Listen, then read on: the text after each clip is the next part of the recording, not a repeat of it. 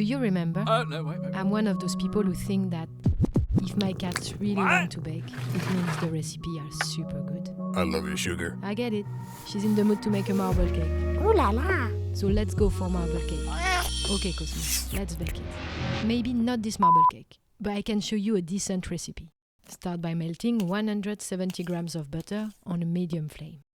This recipe is pretty much fail-proof. Help?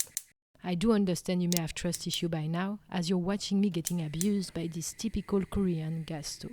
どうもありがとうございます。 Once the butter has fully melted, set it aside. However, I should get back to my cooking now. Sorry, Cosmo. Let's remove the unwanted cat hair from the bowl, as we really don't want them. But I want pumpkin puree. Puma, what do we have here? Sour cream, I love your sugar. pumpkin puree, butter, eggs. Great! Now you owe me Tuna Tuesday. Use your ingredient at room temperature. This includes milk, sour cream, pumpkin puree, and eggs. Add 2 eggs with 75 gram brown sugar, 75 gram white sugar. And beat the out of them. Swift, powerful, and unstoppable.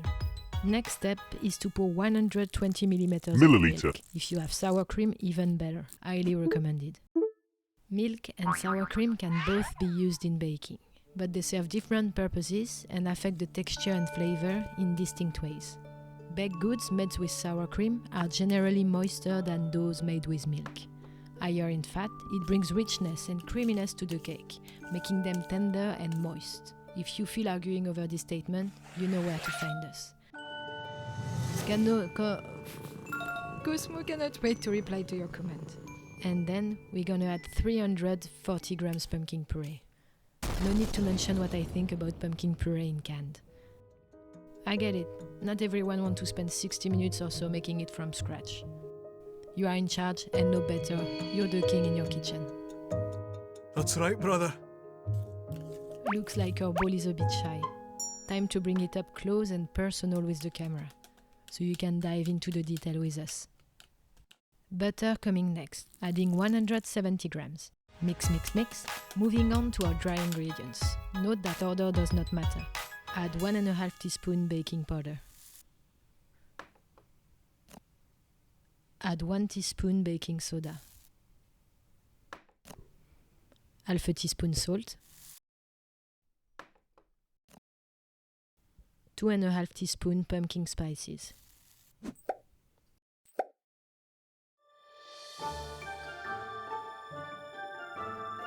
Add 240 grams all-purpose flour in 2 batches. Be aware of the flour avalanche. Slow down the pour to avoid a kitchen snow globe effect. Add flour slowly to keep visibility high and mess low. Mix, mix, mix.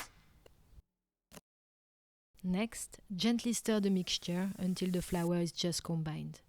It's crucial not to overmix the batter here, as overmixing can activate the gluten, a protein in the flour. Shut the fuck up. Long story short, avoid overmixing the batter, as it can result in your cake having a tougher and less desirable texture when baked. To create the marble effect, you'll need 2 different colors of batter. To make the cocoa batter, follow these steps. Transfer about 350 grams of the base pumpkin batter into a separate bowl. Add 20 grams of sour cream or milk and 20 grams of cocoa powder. Mix all the ingredients together until they are evenly combined. For this pumpkin marble cake, we'll essentially create alternating layers of the pumpkin and the cocoa batter. Spoon some of the pumpkin batter into a lined loaf pan, spreading it out to create a fairly even layer at the bottom. Next, add 3 or 4 very generous spoonfuls of the cocoa batter on top of the pumpkin batter. Follow this with 3 or 4 generous spoonfuls of the pumpkin batter. Repeat this layering process, alternating between the cocoa and the pumpkin batters until the loaf pan is filled. There is no exact step number that you should aim for.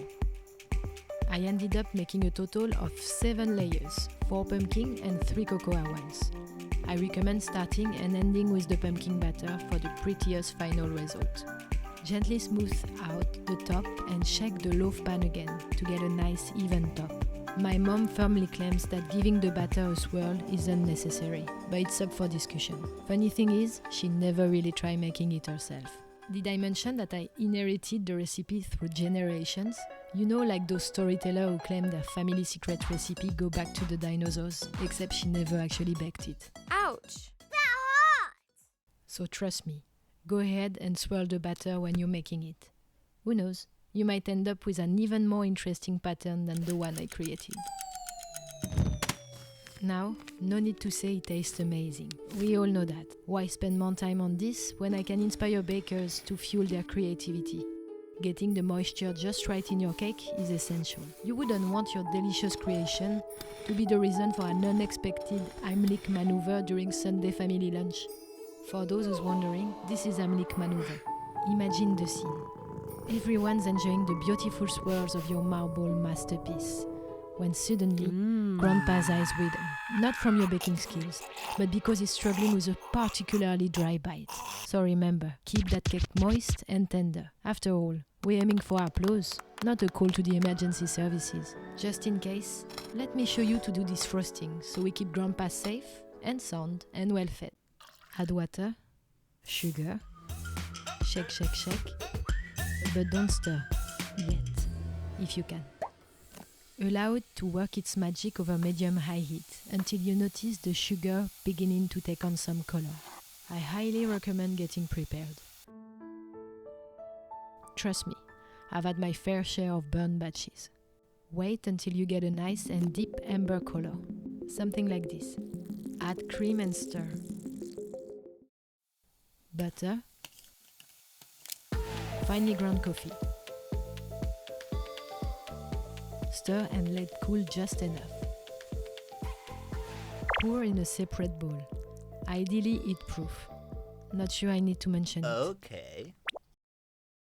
Add cream cheese at room temperature. Couple pieces at a time. If your cream cheese isn't fully at room temperature, it can struggle to incorporate, resulting in those annoying little lumps of cream cheese. And trust me, there is a high chance you'll point the finger at me for this. Add more sugar, icing sugar this time. But for sure, you'll need more than this. You know the drill. Give it one final beating until you've reached this consistency, and let it rest there for a little while. Piping bag ready, and action. I just love the coffee pumpkin combo. It's like a pumpkin spice latte in cake form. It's not really that difficult once you conquer your fear of caramel. So here you have it. Chocolate pumpkin marble cake with caramel coffee cream cheese frosting. Thanks to Urban Dictionary, I'll never use the term marble cake again. Bread instead? We hope you give something new a try and enjoy every bite. Grandpa approved. Thank you very much, brother. Got an appetite for more? So grab a seat and join the feast.